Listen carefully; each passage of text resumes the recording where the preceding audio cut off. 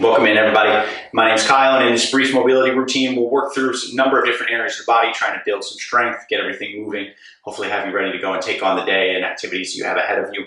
I do have a strap for today's practice. It can be helpful. If you don't have a strap, I recommend grabbing a blanket, a towel, a t-shirt, something like that that you can use to create a little bit of tension. But we're going to start standing at the top of our mat today, working through some spinal waves just to kind of get everything moving. So right away, find weight in the heels.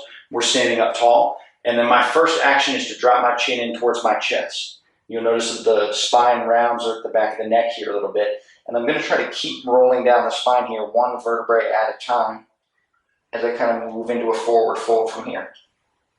So you may notice that there's an area of the spine that's hard to connect with. Once I find the bottom of that forward fold, I untuck, starting with the tailbone. Right, and again, I'm rolling up the spine here. Eventually, I lift the chest to come back up. Right, nice little C shape in the back as I come up. And then again, I'll wave back down, chin to chest. Find each vertebra. Maybe you find that area that's difficult to move. Right? And important to note here that your pace does not necessarily have to match mine. Focusing more on the quality of movement than a specific number of reps. This can be a challenging movement for many of us as we don't move all areas of our spine quite like this. So breathe into it. Notice again where you find that little bit of a hitch or where it's maybe not able to move at all.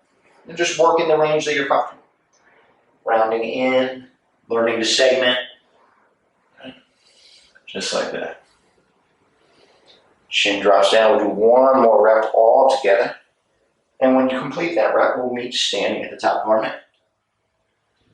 Nice.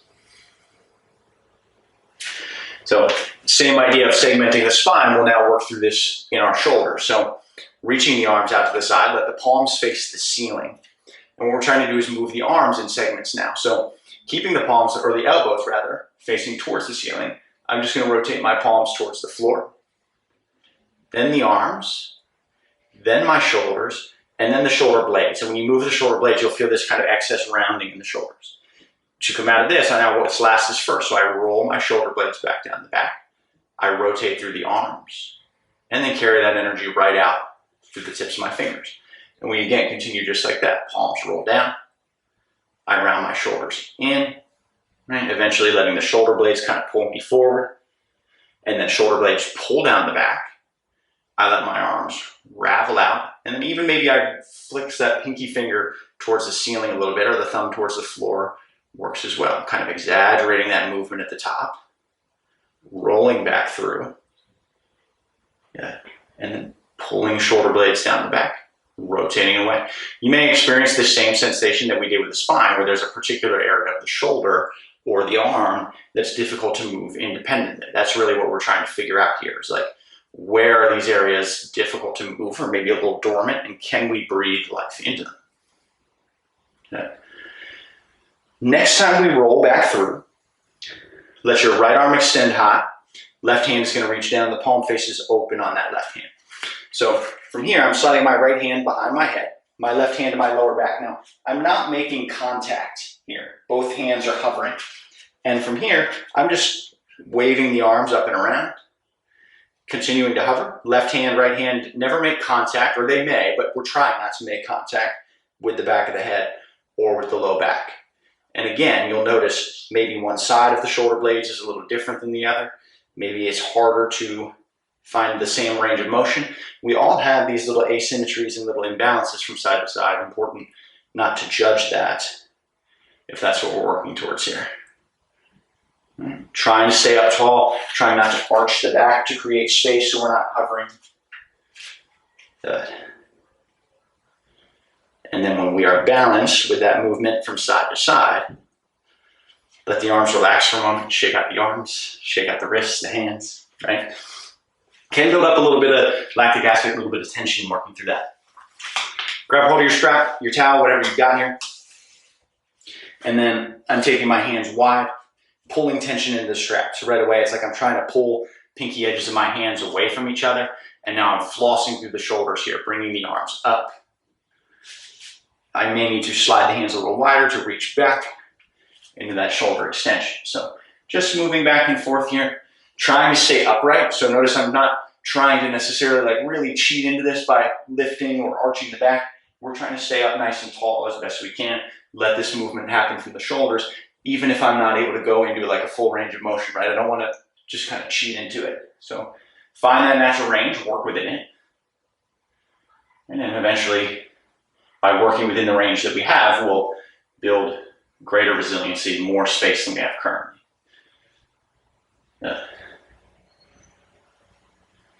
So now the next time you go back, find that area where it's like, I want to stop right here. This is a little bit challenging.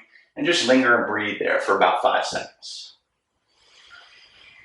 Slow, steady, connective inhales and exhales. And then eventually we'll get back to our rotations here. You might notice it's a little more fluid, a little bit more space after you lingered in that quote unquote troublesome area, right? Yeah. Once we feel good with that, moving forward and back, set the strap off to the side. We're done with that for today. Beautiful. And now from the top of the mat, we'll work through a sun salutation here. Taking a deep breath in, letting the arms extend up, a little lift in the chest. And now on the exhale, hinging at the hips to fold forward. On an inhale, we lengthen up halfway. Exhale, the palms plank, step the feet back. We'll move through one chaturanga here. So shifting from the top of the plank, lowering down, height of the elbows. On the inhale, tops of the feet find the mat, little back bend here as we enter upward facing dog. And now on the exhale, hips wave up and back. We find downward facing dog, strong push away from the floor. Good. Now from our down dog, let's take an inhale to rock forward towards plank position. And as we exhale, we're just lowering all the way down to the belly. Continuing to mobilize the spine here, we'll take the hands to 10 and 2. Hips stay connected, legs zip together in a line. And we'll inhale to roll up the spine, just like we did when we're standing, oscillating cobra. And on the exhale, we wave it back down. Yeah. Inhale, we roll up. Should not feel pain in the low back here. Continuing to lift the chest to the top of this movement. Exhale, we wave back down. Good. 2 more. Inhale. Exhale. Inhale. Exhale. Really good. From here, let your hands slide underneath the shoulders. We'll press back to find a tabletop position. I'm going to square out for the camera here so this is a little bit easier to see. Shoulders are stacked right over top of the wrists. Your hips are over top of the knees. And then from here, take your right leg out to the side. Let the outer edge of that foot come down. Good. So we're still staying tall on this the right leg rather. And then outer edge of your foot lifts away. And now rotating through your right toes, point them towards the ceiling. You'll feel that hip move in the side. Exhale, we lower down. Good. Inhale, the right toes lift, toes point, feel that space. Exhale to lower down. And again, working in that range where we're comfortable. Inhale, right toes lift. And exhale, we lower. Nothing to it. Step that right knee in so this next to the left. And then we're shifting our sides here. So left leg extends, outer edge of that foot is down. And then slowly we'll roll onto the big toe side of that left foot, toes towards, or pinky toe towards the ceiling. And then we inhale, pointing the toe. Exhale, we lower down. Inhale. Exhale.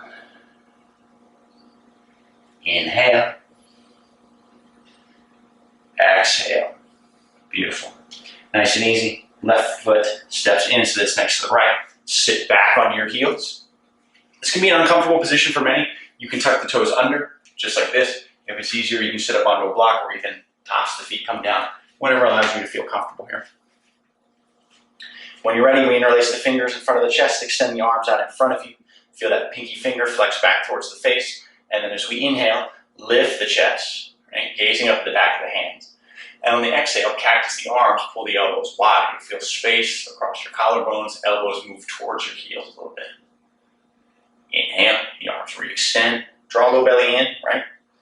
And now as you exhale, pull the elbows wide, lift the chest. Really good. One more time, we inhale to lift the arms high. And exhale, we cactus and lift. Inhale, both arms extend up and overhead. And exhale, pull the hands to heart center. Hands can return to the mat in front of you. And we'll close with a little bit of wrist mobility today. So we worked into the hips a little bit, shoulder, spine.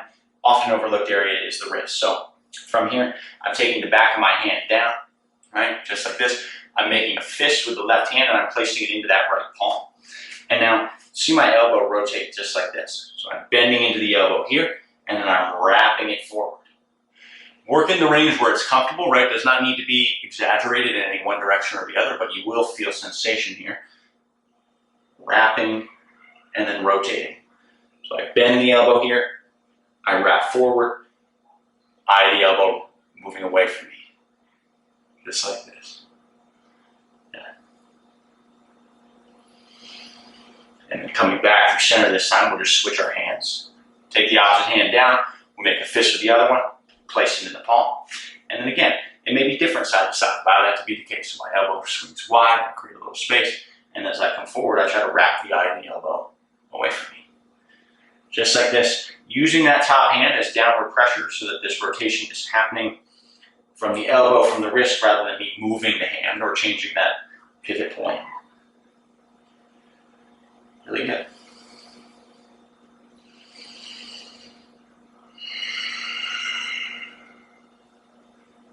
When you complete that next rep, again, sit back onto the heels, let your arms relax. You might feel nice to shake out the wrists. I'm going to leave it here for today. Very brief, very general mobility sequence that you can use as a warm-up for your day, for a workout. If you've got any other training ahead of you, best of luck with all that. Enjoy, and I will see you all next time. Thanks for watching.